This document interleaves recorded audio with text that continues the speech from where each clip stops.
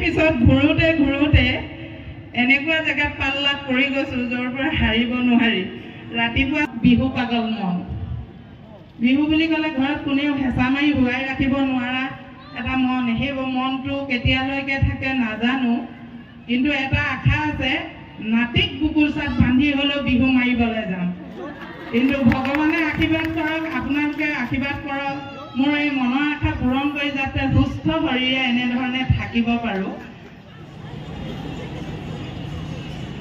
বনমা কি হলো? স্কুলৰ পৰা অহা ভাগতে চিধা কাণত ধৰিলেহি যে। এই চবৰ পৰা অলপো পঢ়া কথা ভাগ পাতিবলৈ শান্তি নাই।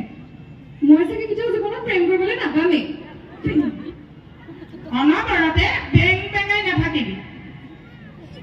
কি বেং বেঙাই আছ? পঢ়াৰ কথাই ভাবি আছো। এফাৰতে বিফাৰলৈ সিফাকে শুনি ভাল পালি? প্ৰেম। হায়াৰ ছেকেণ্ডেৰী পালিহি, এতিয়া এফৰ আকৌ বিফৰ বল গাবলৈ আহিছ।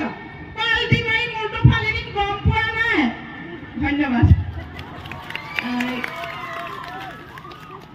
এইখিনিয়ে ডাইলগ, এই দুটা তিনিটা ডাইলগে খুব ভাইৰেল হৈছিলে আৰু পুনৰবাৰ আপোনালোক সকলোলৈকে